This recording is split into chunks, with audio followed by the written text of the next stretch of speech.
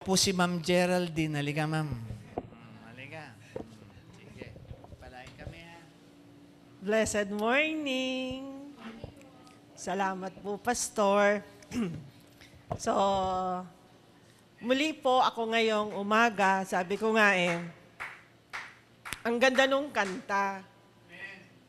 God restore a broken vessel. And He makes all things beautiful. Hallelujah. In 1 Peter 5, and I just read po, verse 10.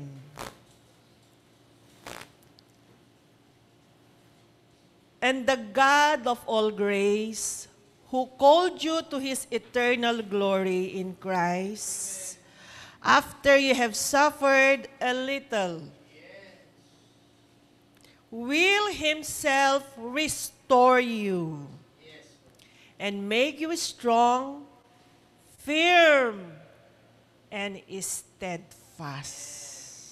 Ganda po, ano?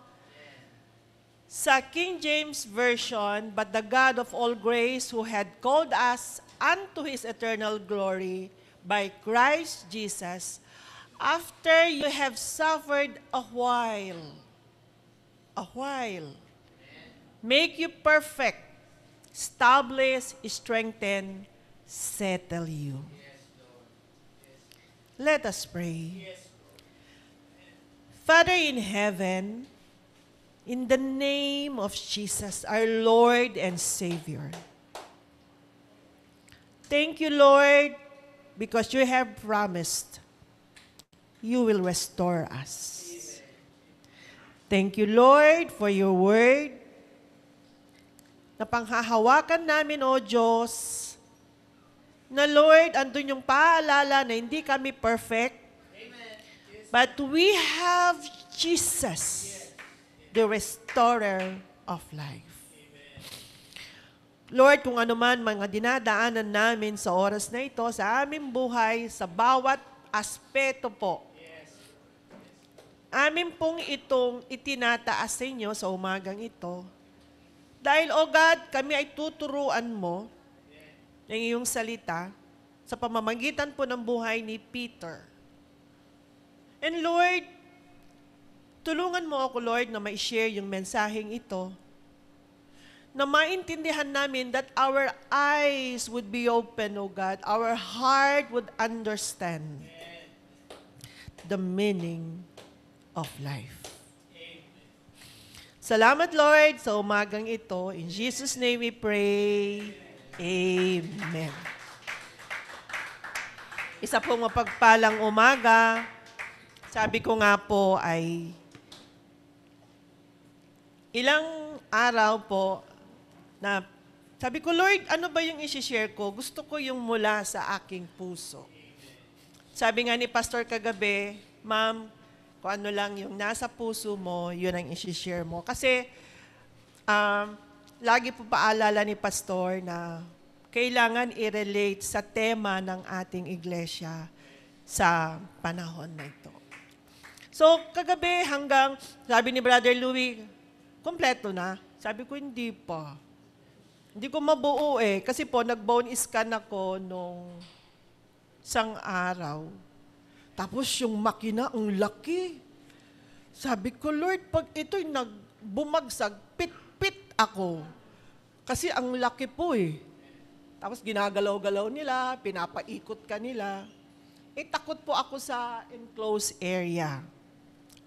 So sabi ko, Lord, ganito na lang.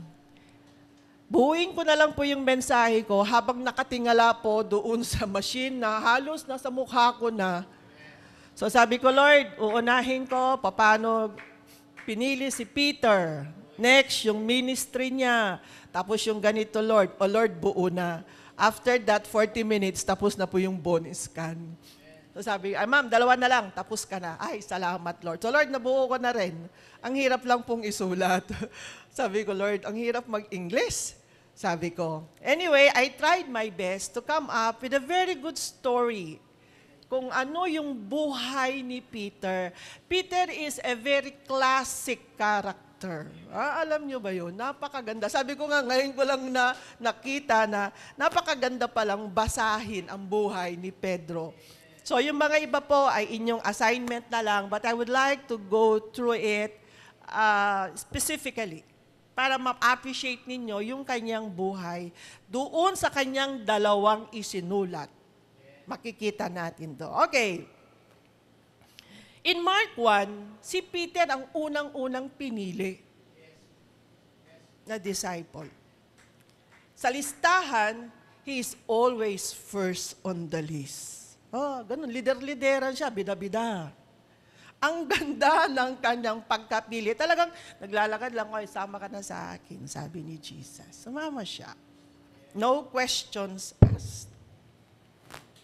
In Matthew 4:18-19, pag inilista po yung mga na pinili ni Jesus as disciples, number 1, si Pedro.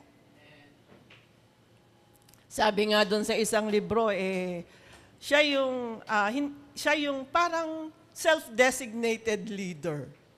Okay? In his walk with Jesus, yung faith niya talagang nakita ni Lord. Pero, meron siyang low moment. Nagkakaroon siya ng point of doubt. Okay? Pangalawa, in Matthew 16:15, sige na, bigay mo yan.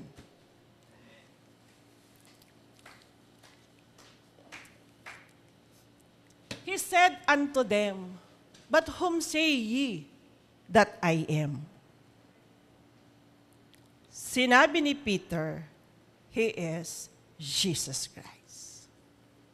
So Peter has a complete understanding kung sino si Jesucristo sa buhay niya. Klaro yun.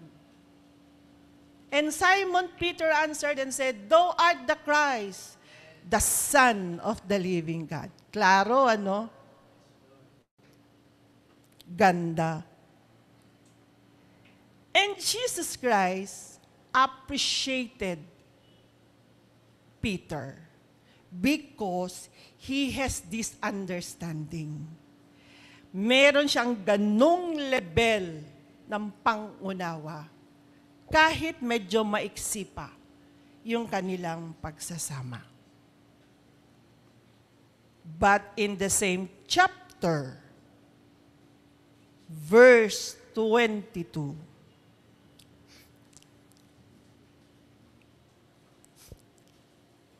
ano ba ang sinabi ni Jesus? Bakit nasabi ni Peter ito sa kanya? Kasi sabi niya, "Get thee behind me," di ba? Sige, bubuin ko lang po sa aking Bible. This is my Bible when I was at the Department of Agrarian Reform in 1997. Aside pa yung binigay ni Pastor in the same year, Pastor. So in Matthew, akin lang pong hanapin. Minsan po, there are times na I feel na yung panghihina. But I always tell the Lord, "Lord, ayoko na manghina ako pag ganitong nagpe-prepare ako." This morning, pag ganyan ko dun sa likod ko, may nakapapo ako, medyo ilang strands ng hair. So sabi ko, ayoko na yung puso ko mabother na may hair start falling. Kasi ang pakiusap ko kay Lord, "Lord, thinning hair lang ha. Ayoko nang..." Pero kung yung anong gusto mo, Lord, so be it. So in Matthew 16, sabi ko nga po kanina, Peter has a very clear understanding on who Jesus in his life. tayo po ba ay may maliwanag na pangunawa kung sino si Jesus sa buhay natin? Anak ng Diyos? O yung tagapagbigay lang ng biyaya? Paano pag hindi ka na-answered prayer? Ano ang gagawin mo? Then Jesus replied when Simon Peter said, "You are the Christ, the Son of the living God." Jesus replied, "Blessed are you, Simon, son of Jonah, for this was not revealed to you by man, but my Father in heaven. And I tell you, you are Peter, and on this rock I will build my church, and the gates of Hades will not overcome. I will give you the keys of the kingdom of heaven. Whatever you bind on earth will be bound in heaven, and whatever you loose on earth will be loosed in heaven." You see, ang ganda ng estado ni Peter. Napakaganda ang pinaglagyan sa kanya ni Jesus sa kanyang posisyon bilang disciple. I will build my church. Then Jesus predicted his death. O see, tingnan nyo to. Napakaganda yung una. And then, from that time on, Jesus began to explain to his disciples that he must go to Jerusalem and suffer many things at the hands of the elders, chief, priests, and teachers of the law, and that he must be killed on the third day, be raised to life. Peter took him aside and began to rebuke him. O, di ba? Biglang mataas, biglang baba na naman ang kanyang emosyon. "Never, Lord," said, "this shall never happen to you." Jesus turned and said to Peter, "Get behind me, Satan. You are a stumbling block to me. You do not have in mind the things of God, but the things of man." Medyo emotional si Peter, ano? Una, very factual. Talagang alam na alam niya, bigla siyang nag-glow. Ganun ba tayo kay Lord? In chapter 17, Peter witnessed the transfiguration of Jesus. Habang yun nakikita, there he was transfigured before them. His face shined like the sun, and his clothes became as white as the light. Just then there appeared before them Moses and Elijah talking with Jesus. Peter said to Jesus, "Lord, it is good for us to be here if you wish." Bida na naman eh.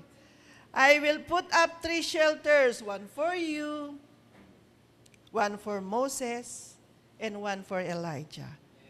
While he was still speaking, a bright cloud enveloped them, and a voice from the cloud said, "This is my son, whom I love.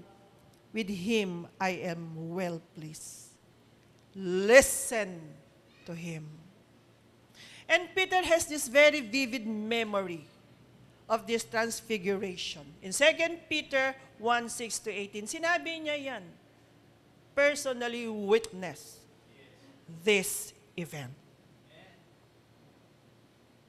So ilang bagay, nauna siya, first on the list, una siyang napili, he understood who Jesus Christ is in his life. And then there is this low moment in his life. Hindi niya naunawaan ang sinasabi ni Jesus tungkol sa kanyang pagkamatay at pagbalik niya after 3 days. He will rose again. And then eto na naman, the transfiguration. Di ba? Kita ninyo, taas, baba, taas.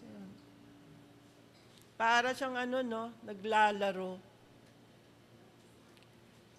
But with this kind of relationship with Jesus, Ganon siya ka-bold, ganon siya ka-courageous, ganon siya ka... Siguro si Peter nung time niya, siya yung parang estudyante sa eskwelahan na palaging raised the hand. Palaging gustong sumasagot sa mga recitation, palaging may gusto siyang sabihin. Ini-imagine ko nga nung malapit na sa mukha ko yung malaking islab na ganyan sa bone scan. Sabi ko, Lord, ano kaya itsura ni Peter nung siya ay bata? Tapos nung lumaki siya, kasama niya si Jesus. Ganun talaga kaya siya katabil. Di ba? Ganon kaya talaga siya, marami siyang gustong sabihin. Una, tama. Pangalawa, sablay. Pangatlo, tama. You can just see the maturity level of that person. Hindi siya consistent. But the biggest blow and setback to his ministry with Jesus. And when he denied Jesus Christ, not only once, not only twice, but thrice. But let us go to Mark. Ang ganda kasi siyang basahin. Let us go to Mark 14.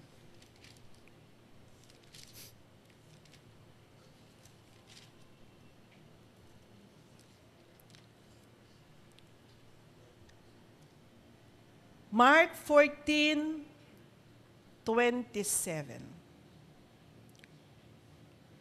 Jesus predict Peter's denial. In verse 27, you will all fall away, Jesus told them. For it is written, I will strike the shepherd and the sheep will be scattered. But after I have risen, I will go ahead of you into Galilee. Peter declared, even if all fall away, I will not.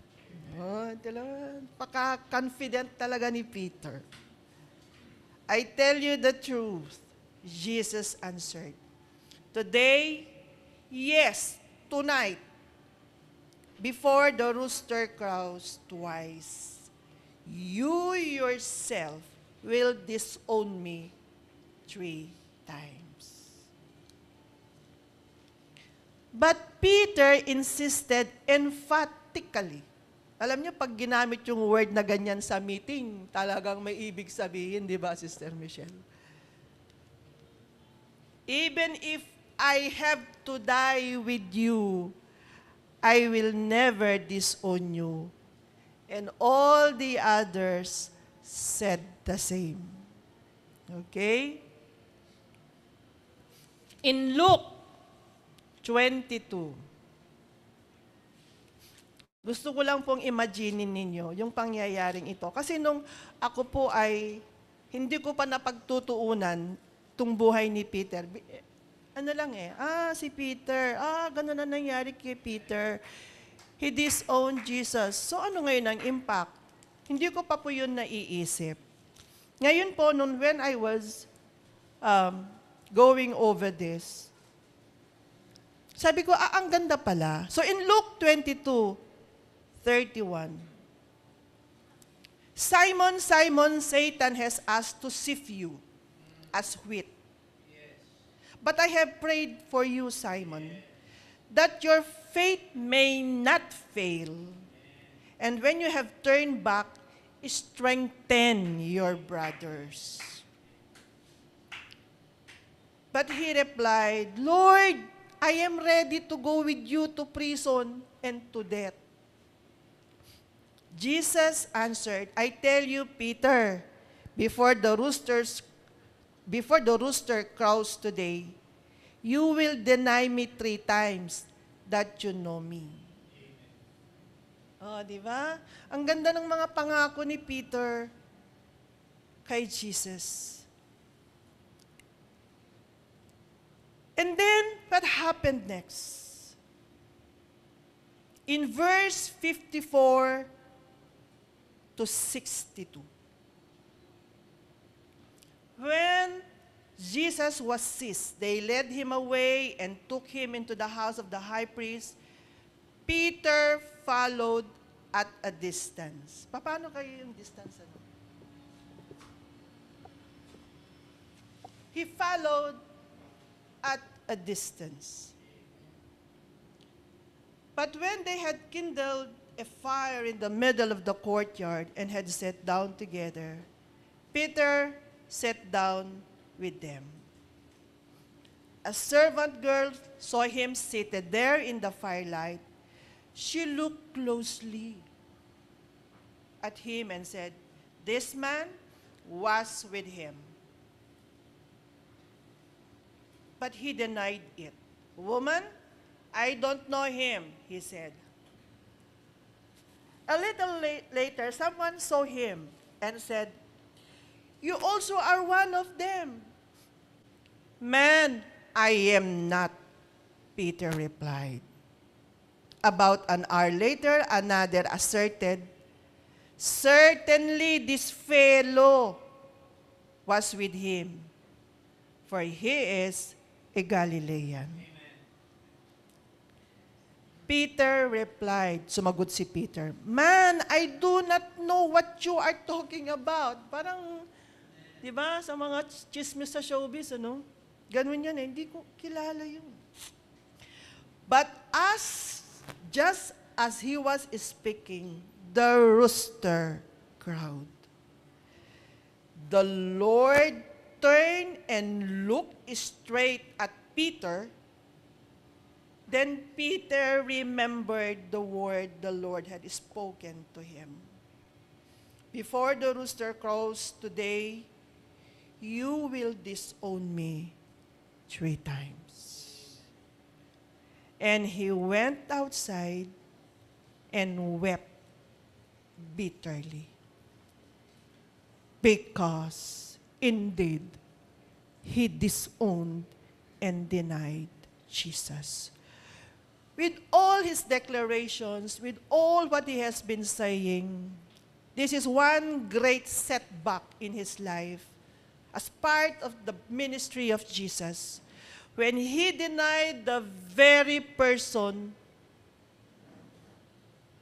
na naglagay sa kanya sa magandang posisyon.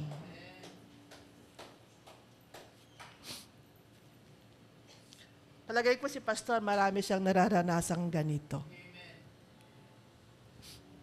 And even po sa workplaces, mga natutulungan, hirap po silang mag-recognize kung sila ay nakaramdam ng tulong, nakatanggap ng tulong. At times, they are not really grateful. And I'm saying to myself, sabi ko, Lord, ganito talaga siguro ang buhay. Ito yung realidad ng buhay. Na may mga talagang pagkakataon, Lord, na ikaw mismo ay hindi nare-recognize sa mga buhay ng mga Kristiyano at Kristiyanong totoo. I-share ko lang po, hindi po siya Christian, pero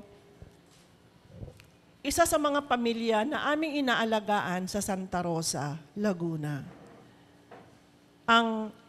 Nakasama na po natin siya para maglinis sa church. Siya po yung, pagkailangan po namin ng tulong na maglaba, siya po yung tinatawag po namin na magplantsa o maglaba para po sa amin for the last 10 years. At ng isang araw po ay tinawag namin kasi gabundok na po yung aming mga naawa naman ako kay Brother Louie. So, tinawag namin uli siya. Tapos, sabi ko, pwede mo kaming ipagplantsa. Bumalik din po siya, nagplantsa. At nung pagbalik po niya, may dala-dala siyang box. Birthday cake para kay Asi. galing sa anak niya na panganay na parang na-redirect parang natulungan ni Asi para magkaroon ng mas maayos na trabaho na align sa course niya. Kasi from Jollibee, tapos ang layo. Kaya sabi ni Asi, dito na lang kayo para ilinya natin sa ating mga kurso. So doon po sila luminya at yung batang yun po ay naging maayos hanggat nagpunta sa Gardenia, na doon sila na-develop, tapos lumipat ulit sila. So nagkanya-kanya na po sila. So nung the other day, nagpadala po siya ng birthday cake. Ang sabi ko, ay napakagaling naman itong batang ito. Kasi na-recognize niya yung konting tulong, maliit lang po yung tulong na nayano ni Asin, na ipasok lang niya sa tamang institusyon, tapos sila na bahala pong nagtulungan. And sabi ko, ito hindi Christian. Mini-minister pa po lang pa namin silang mag-anak. At napakabuti nung puso nung batang yon. Napakabuti. Kaya sabi ko, sa mga ganitong pagkakataon, I can help it but thank the Lord. Because there are good people that even though, mas maganda sana kung makilala nila si Jesus. And hindi ko alam, nagpaano din si Asi siguro, na nagpasalamat sa kanyang natanggap. And so, may I continue with that? The next phase ng buhay ni Peter after he denied Jesus Christ in his life is the resurrection of Jesus. After 3 days, alam nyo, napakaganda talaga ito. Basahin nyo na lang po. In Mark 16:6-7,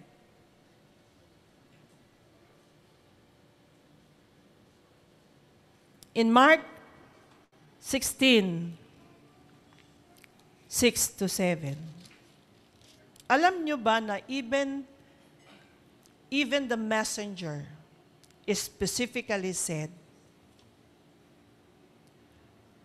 na nung nakita, but may I read para po maging klaro. In verse 1, when the Sabbath was over, Mary Magdalene, Mary the mother of James, and Salome bought spices so that they might go to anoint Jesus' body. Very early on the first day of the week, just after sunrise, they were on their way to the tomb, and they asked each other, who will roll the stone away from the entrance of the tomb? But when they looked up, they saw that the stone, which was very large, had been rolled away. As they entered the tomb, they saw a young man dressed in a white robe sitting on the right side, and they were alarmed. Don't be alarmed, he said. You are looking for Jesus the Nazarene, who was crucified. He has risen. He is not here. See the place where they laid him? In verse 7. But go, tell his disciples and Peter. Peter na naman. He is going ahead of you into Galilee. There you will see him just as he told you. Si Peter lang po ang binanggit. In John 20, ito yung napakagandang parte ng istorya.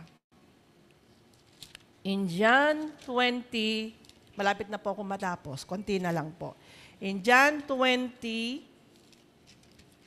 verse 2-7.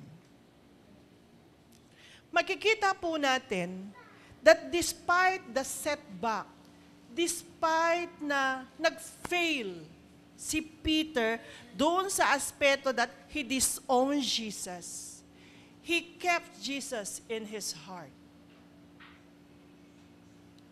Hindi siya tumigil eh. Hindi siya tumigil, hindi siya na-discourage, hindi siya nawalan ng pag-asa, pero nag-abang siya. Nag-abang siya. Bakit? He knows in his heart, pero mayroong ganong estado tayo sa buhay na alam natin sa puso natin, pero yung isip natin, minsan kalaban pa natin Truly, we have the mind of Christ. Nakalagay yan sa Biblia. But there are times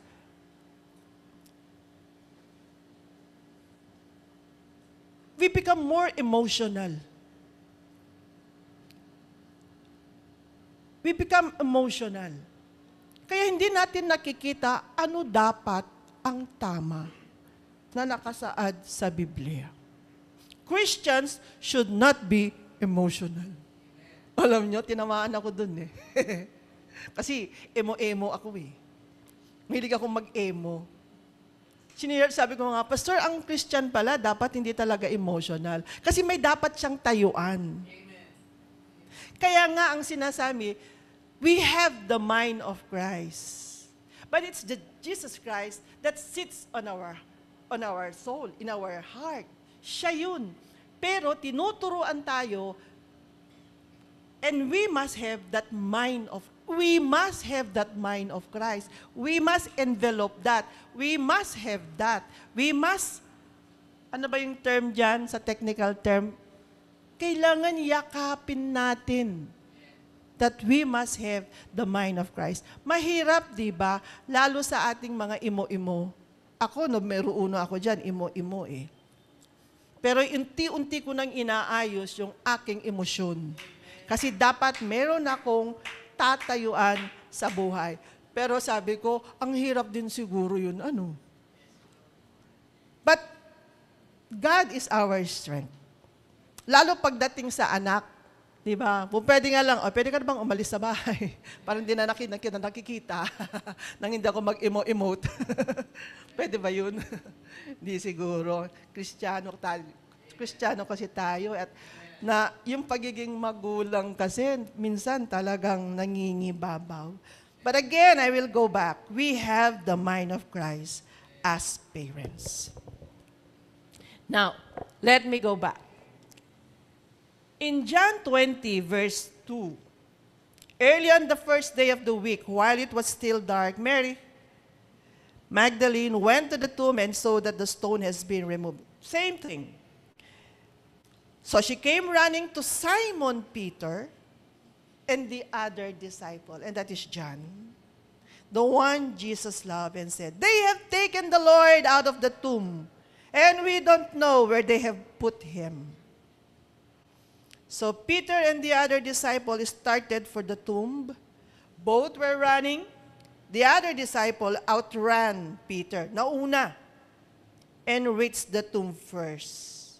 He bent over, looked in at the strips of linen, lying there, but did not go in. Hindi siya pumasok.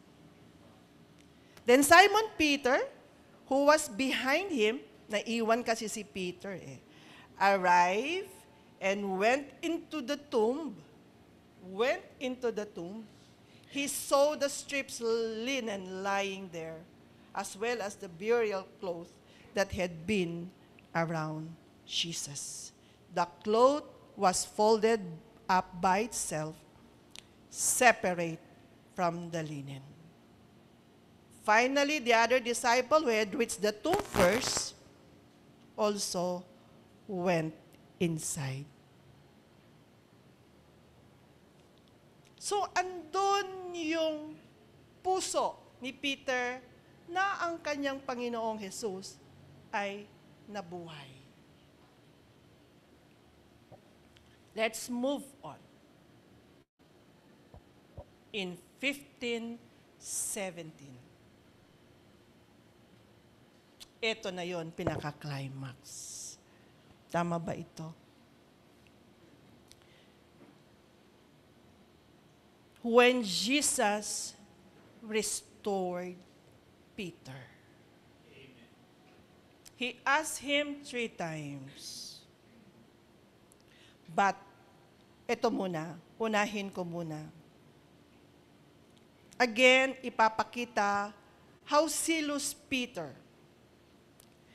In verse 21, mali ako anak. Mali ako. In verse 21, after Jesus appeared again to his disciples by the Sea of Tiberias, it happened this way. Simon Peter, Thomas, Nathanael from Cana in Galilee, the son of Zebedee, and 2 other disciples were together. I'm going to fish, Simon Peter told them. And they said, we'll go with you. So they went out and got into the boat, but that night they caught nothing. Early in the morning, Jesus stood on the shore, but disciples did not realize that it was Jesus. He called out to them, friends, haven't you any fish? No, they answered. He said, throw your net on the right side of the boat, and you will find some. When they did, they were unable to hold the net in because of the large number of fish. Then the disciple whom Jesus loved said to Peter, it is the Lord. As soon as Peter heard him say, it is the Lord, he wrapped his outer garment around him and jumped into the water. Nauna na naman si Peter. Laging una si Peter. So kumain sila, nag-ihaw sila, kumain sila. When they had finished eating, in verse 15, Jesus said to Simon Peter, Simon, son of John, do you truly love me more than this? Yes, Lord, you know that I love you. Jesus said, feed my lambs. Again, Jesus said, Simon, son of John, do you truly love me? He answered, yes, Lord. You know that I love you. Take care of my sheep. The third time, he said to him, Simon, son of John, do you love me? Peter was hurt because Jesus asked him the third time. Third time din siya ni Jesus. Do you love me? He said, Lord, you know all things. You know that I love you. Jesus said, feed my sheep.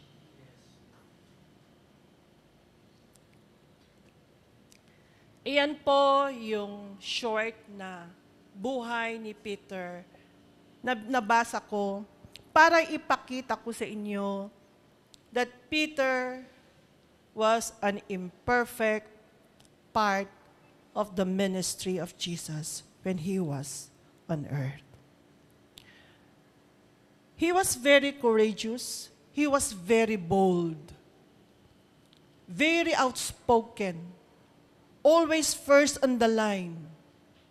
At nakita din natin how Jesus valued Peter despite that he was disowned by him. God, through Jesus Christ, inalagay tayo sa magandang posisyon. Sa magandang estado. At kahit ano ang ating mga ginagawang kasalanan na minsan nakakalimutan nating humingi ng tawad, the love of the Lord never ceases. Hindi nagbabago. Hindi nabago ang pagtingin ni Jesus kay Peter. It remained. But the Lord knew it so well that He need to restore Peter. Kasi nakita niya yung puso ni Peter nung magkasama sila. Ganon katindi ang pagmamahal ni Jesus sa kanyang mga nilalang. Sa kanyang mga nilalang. Kayo ba, naiintindihan ninyo the depth of God's love? Or hindi? Paano na tayo manalangin? Kahit po ako ngayon sa dinadaanan kong sitwasyon. When I entered the wellness center, kasi solo ko yun, ganda nung kwarto. Sabi ko, Lord, tayong dalawa lang sa kwartong ito. And may I just ask you in this prayer na, sabi ko, Lord, ayusin mo naman ang Kristiyanong buhay ko. Kasi matagal ko na po itong hinihingi sa Kanya. Even before po, kaya andun na lang po yung kagustuhan ko na bumalik. Hindi ko nga din po alam kung ano na nangyari dun sa 4A. Nagkikita-kita kami ng mga direktor. Sabi nga nila, Ate G, okay lang naman daw kay Director Erwin na doon ka muna magpa-detail. Okay din po sa Central, nung nakita na po yung sitwasyon ko.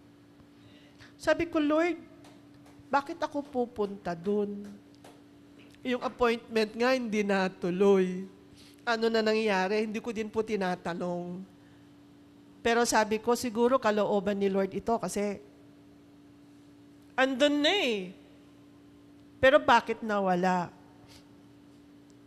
Pero yung isa, nag-alok. Dito na lang siya, sabihin niyo sa kanya, dito na lang siya. So sabi ko, Lord, it is one of my frustration kasi feeling ko po, para akong nilalaro. Sabi ko, Lord, matino naman ako. Sabi nga ni Brother Louie, magkano ba ang kinita mo? May kinita ka ba? Sabi ni Brother Louie.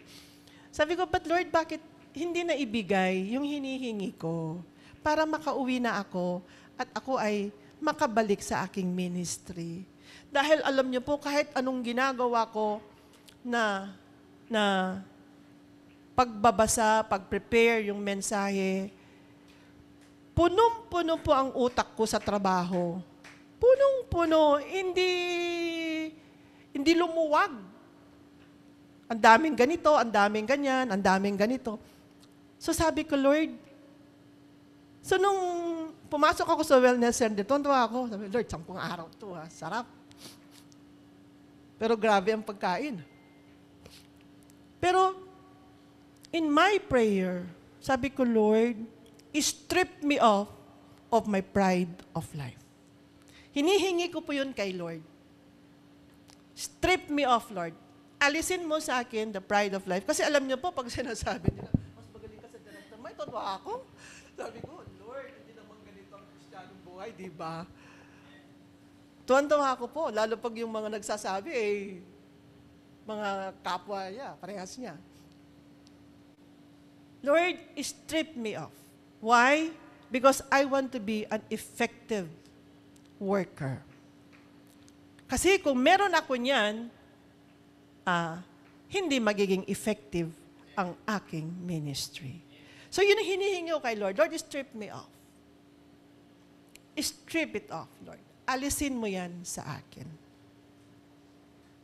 Kasi pangarap ko din po ang mag-share saang kapasidad at saan ako dadalhin ni Lord kung bibigyan pa ako ni Lord ng mas mahabang buhay. Kasi nag-uusap kami ni Brother Louie nung isang araw, Daddy, hanggang kailan kaya ako mabubuhay? Sabi ni Brother Louie. Ay naku, hanggang 90 ka pa. But kidding aside po, sabi ko, Lord, make me a better Christian. Make me a better Christian so that I still have the boldness, the courage of Peter. Kasi kung titignan niyo po yung buhay ni Peter after he was restored in the book of Acts, siya po ay isa sa mga magagaling, fearless spokesperson about Jesus. Tayo po kaya, kumusta po tayo? Kumusta po ang ating pagbabahagi ng salita ng Diyos? Noong nagbibiyahe po ako, nung andito pa ako sa Central, may maliit akong pouch bag. Andun yung mga, tawag doon, mga sinishare ko. Kung may makasakay sa taxi, binibigyan ko yung driver, konduktor, may katabi ako. Kaya lang, pag napapaaway ako doon sa katabi ko, dahil ayaw nila akong paupuin sa senior citizen, parang nahiya po akong magbigay ng ano. Parang wala akong kredibilidad nung sa oras na yun. Kasi minsan sinisita ako, ilang taon ka na ba? Sabi ko, 50 po. Ba't andito ka sa senior citizen? Cheer. So yung mga ganun po, I have that pouch bag. At meron pa rin ako niyan. At pag po may pagkakataon, share lang po, bibigay. Pero minsan nahihiya din ako kasi mukhang pagmatapang, Lord, bibigyan ko ba ito, Lord? Ganyan. So, bibili po ako niyan sa bookstore. So, pwede pong practice yun. Kung saan man po tayo napapadako. At yun mang ginawa ko for the last how many years, ngayon ko lang din po na ibabalik after 4 years. At napakasarap yung feeling na naibahagi mo ang katotohanan ng buhay Kristiyano. The other day, 5 po yung nabigyan namin ni Brother Louie. And we pray for those 5 individuals. Let me move on. Ito na po yung last part. Malapit na po akong matapos. 1 Peter 2:2, it talks about growing. Growing, alam niyo po yung growth ng isang tao is from womb to tomb. Mula sa pagkabuhay hanggang tayo ay umuwi kay Lord. In psychology, meron po yung listahan, may age bracket. Ano dapat ang maturity mo sa ganitong edad? So, merong bata, pag preschool na, sa elementary, high school, hanggang maging adult, hanggang maging matanda. Kahit po sa matanda, kailangan pa rin niyang mag-grow. Kailangan niyang mag-adjust sa buhay na kaparehas ng edad niya. I can remember what Sister Michelle shared to me before, nung maliit pa si Asi. Pag 2 years old ang bata, 2 bata ang kalaro niya. Pero si Aya, ilang adult yung kalaro niya. Sinunod ko yun kay Asi. O ilan yung nakalaro. Pero talagang hindi na perfect. Kasi masungit pa rin si Asi hanggang ngayon. Okay? In 1 Peter 2:9, we belong to God. Royal priesthood. Alam niyo po, natatandaan niyo ba?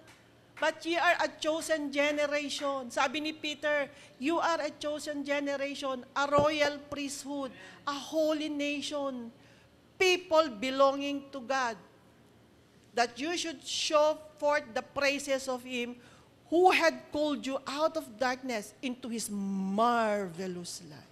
Yun po yung estado natin. Yun po yung estado ninyo. You are, when Jesus called you, when you accepted Jesus as your Savior and Lord, you belong to a chosen generation, a royal priesthood, holy nation, people belonging to God, peculiar people. You belong to God. Nothing can separate you from the Lord because you belong to Him. Peter had this understanding. He belonged to Jesus. Na kahit anong setback sa kanya, kahit anong naging challenge niya sa buhay, he belonged to Jesus. Kayo ba, do you have that kind of understanding? I belong to Jesus. Sakit, walang trabaho, kulang ang sweldo, underemployed, estudyante na kailangan magtrabaho ng husto para makatapos. These are just circumstances. You truly belong to God. Hindi dapat kayo nagde-deviate doon sa ganong understanding that you belong to God. Whatever happens, you belong to God. But you need to grow. Dapat hindi ka makomportable sa iyong estado. Bakit? We are on the last days. Pag nagbabasa tayo, we are on the last days. Dami na nangyayari sa paligid. Sa amin, sa opisina, binibigyan na po kami ng instruction na pag may kalamidad, in 3 days, dapat meron ng assistance. At bumababa po ang pera. Milyon-milyon po ang bumababa. Nag-a-allocate na po kami, nagmamadalian po kaming lahat, kasi kailangan may report na kami na meron na kaming nabigyan ng assistance. Ganun na po yung ginagawa ngayon sa gobyerno. Madalian na. Kasi ang tema po ng presidente is bagong buhay, bagong Pilipinas. Pagbabago. Pagbabago. Napakarami pong proyekto na kahit ngayon ay talagang kailangan naming isulong. Ano mga dinadaanan nating sitwasyon sa buhay? What are we suffering of? Are we suffering because of bad attitude? Are we suffering because of bad character? Or are we suffering because we speak of Jesus? And whatever it is, part of growing up. In 1 Peter 4:19, may I read? So then those who suffer according to God's will should commit themselves to their faithful Creator. So when you're undergoing through difficult times, like me, ano po ba ang mas tataas pang difficulty sa buhay? I am committing myself unto the Lord. Lord, sabi ko, maiksi man ang ibibigay mo sa aking buhay kasi sabi ng ongko, pag walang chemo, 5 taon. Pag mayroong chemo, 10 years or more. 10 years or more. So then those who suffer according to God's will should commit themselves to their faithful Creator and continue to do good. It should not deter you from doing the ministry. Patuloy lang. Patuloy lang. Nahihirapan. Magpatuloy lang paglingkuran ang ating Diyos. Because there is no way. Dumadaan ka na nga sa sitwasyon. Why don't you worship our God and continue to do good? Tuloy-tuloy lang. Amen. You have family problems? God will restore that in His own way. Amen. Tuloy lang. Maglingkod lang. Kasi, yun ang ating purpose in this life. The goal of our faith is salvation, and we must work on it with fear and trembling. Because it is dreadful to fall unto the hands of the living God.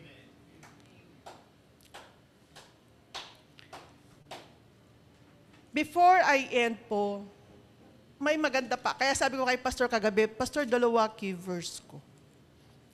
But I would like to share in 2 Peter 3:10. In the 3rd chapter of 2 Peter, it speaks of the last days. But the day of the Lord, in verse 10, will come like a thief. The heavens will disappear with a roar. The elements will be destroyed by fire, and the earth and everything in it will be laid bare.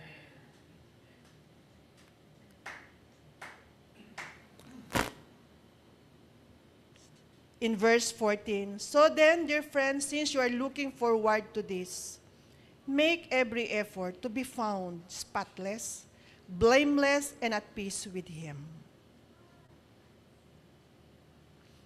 In verse 17, therefore, dear friends, since you already know this, be on your guard, so that you may not be carried away by the error of lawless men and fall from your secure position. Peter fall, but he was restored. But grow in the grace and knowledge of our Lord and Savior, Jesus Christ. Grow. Continue. Mature. Yun ang ibig po sabihin nun. Mature. Let us not stop growing. Let us continue with the Lord. Bukas, wala kayong isasaing, wala kayong pagkain, tanungin mo si Brother Louie. Naranasan namin yan. Alam nyo, marami kaming nararanasan na napatunayan namin that the Lord is good.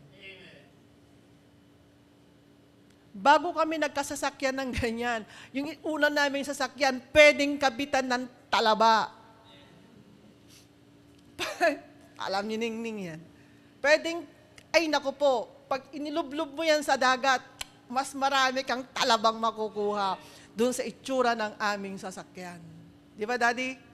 Na naaawa ko kay Brother Louie. Kasi nga talagang titirik kami niyan. Nakasakay pang mama ko. Wala kayong isasaing. Naranasan din namin yan.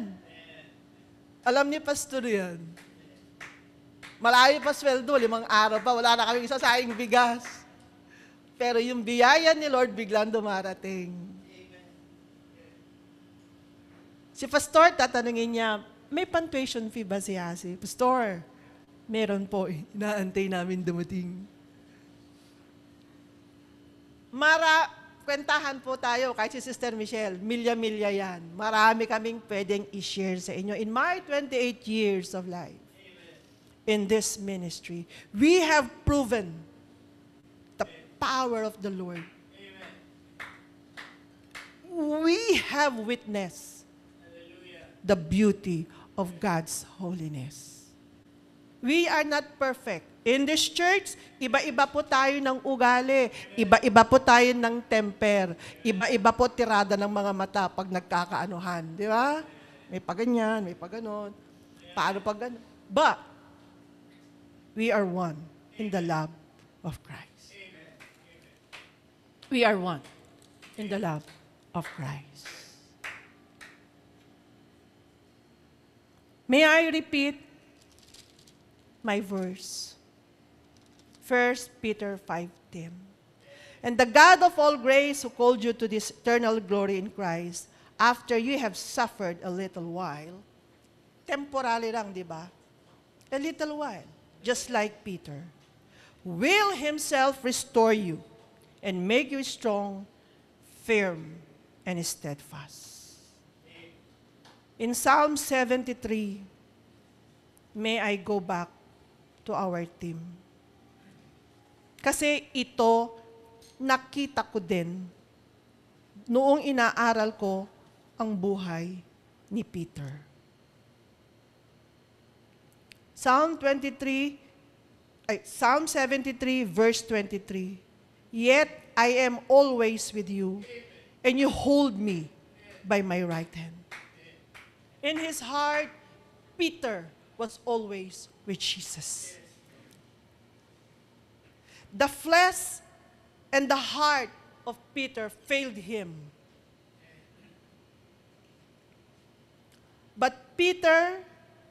But God is the strength and the heart. The strength of my heart, it's Peter's heart, and my portion forever. Kasi hindi siya tumigil. Kahit nagkaroon siya ng ganong kabiglang kalaking challenge sa buhay, hindi siya tumigil. His flesh and his heart failed him, but Jesus was the strength of his heart and the portion forever. In Psalm 63, David also went through a lot of challenges. As a person, as a member of the family, as a leader, as a man also na merong asawa, until he died. But this is what he said. When he has to run in the wilderness with no water, nothing, because he has to run away for his life. Ano ang una niyang sinasabi? O God, you are my God. Earnestly I seek you. My soul thirsts for you. My body longs for you. In a dry and a weary land where there is no water. In verse 8, my soul clings to you. Your right hand upholds me. Ganon dapat tayo. And what I am going through now, ako'y nagpapasalamat po dahil marami akong nakikita. Yung isang kasabayan ko nga po sa bone scan, sabi niya, alam niyo po, nung first chemo ko, kalbo na ako. Sabi ko, Lord, meron pa ako. Nung ako po ay first chemo ko, nagsusuka po ako. Sabi niya. Sabi ko, Lord, hindi naman ako.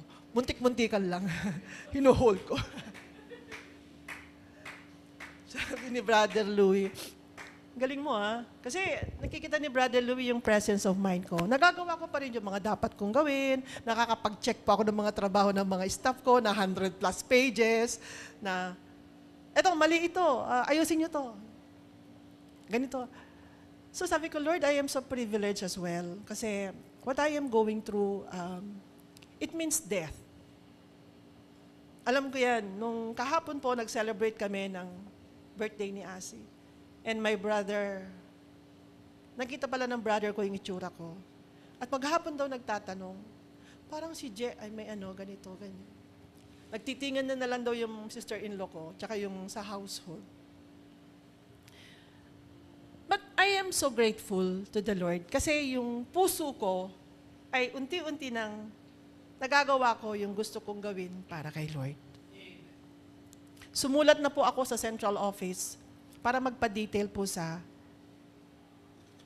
Maine, and I am praying po ma-actionan siya in 2 weeks dahil ang hiningi ko po ay December ako mag-start. With all of these things, ano po ba ang mas tataas na challenge nyo sa buhay sa akin? Ano pa po? Pagkain? God promised to provide you food. But you have to seek ye first the kingdom of God and His righteousness. Ano pa ba? Anong mga problema? Let us cling to the Lord. Let us continue. Our heart may fail us, but God is our portion forever. We belong to God. Walang bibitaw. This is my sharing po, and Lord, salamat po sa magang ito, Lord. Dalangin ko, O Diyos, na na ibahagi ko po ang katotohanan ng buhay na whatever happens, hindi po namin hawak ang aming buhay, Lord. Kayo pong nakakaalam niyan. But give us, Lord, the strength in our heart to continue to grow so that we become firm, steadfast until the day that you come and we'll be with you, Lord, in the new heaven and earth. Salamat po sa aming mga buhay, O Diyos. Salamat po. In Jesus' name we pray. Amen. Yun daw, special number. Siguro, pwede pong